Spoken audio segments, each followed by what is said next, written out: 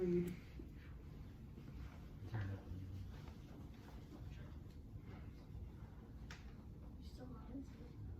So, as Richard Matheson says in the 1973 film The Night Strangler, get this straight, Mr.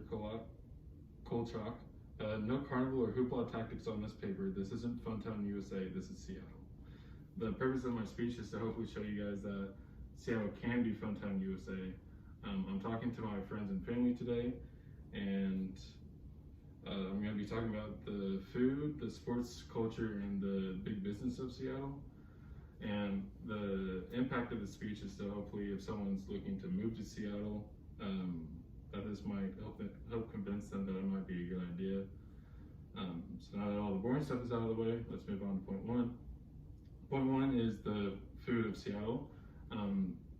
There's a wide variety of food that you can pick in Seattle, from seafood straight from the docks, all the way to coffee from the original Starbucks.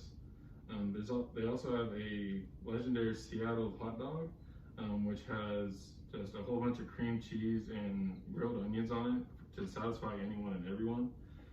It's so synonymous with the city that hot dog vendors actually know if you're a local or not just from you getting it.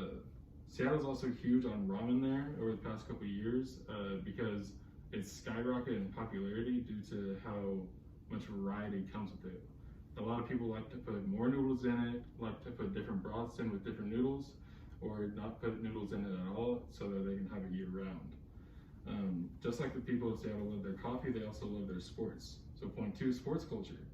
Seattle may not be the first city that comes to mind when you think of die-hard sports fans. You might think of Dallas with all their crazy Cowboys fans, or Fayetteville with all the Razorback fans here that won't miss a single Razorback game on Saturdays. However, sports is embedded in the culture there, as they got their first sports team in 1967 with the Seattle Supersonics in the NBA. Soon, attendance rose for the Supersonics, allowing them to get other sports teams in all major sporting leagues, including soccer, baseball, and football. The cheers and the fan attendance in Seattle is legendary, as they average around 70,000 people per Seahawks football game. And one night in 2013, whenever Seattle was being led by Russell Wilson, who I have the jersey up right here, the fans there cheered so loud that they broke the record for the loudest stadium in NFL history with 137.6 decibels, which came in as like a small earthquake in Seattle. And just like I mentioned earlier, Starbucks has started in Seattle, and as author Howard Schultz stated in his book, Pour Your Heart Into It, How Starbucks Built a Company One Cup at a Time, he says, in this ever-changing society, the most powerful and enduring brands are stronger because they are built with the strength of the human spirit, not an ad campaign.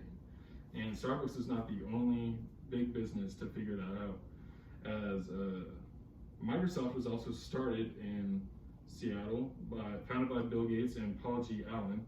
They were childhood friends in Seattle, and they founded the company in 1975, and they came up with the name for Microsoft from microcomputers and software. Amazon was also founded by Jeff Bezos in 1994. He's now the richest man in the world, with Amazon being the richest, most profitable company in the US. It originally started as a online marketplace for books, but in 2015 they expanded to sell anything from electronics all the way to jewelry. Costco also started in the Seattle area, even though it was originally founded in 1976 in San Diego, California. It was known as Price Club. It eventually moved to Seattle in 1983, opening its first warehouse and officially becoming known as Costco. It was the first kind of warehouse company of its kind back then.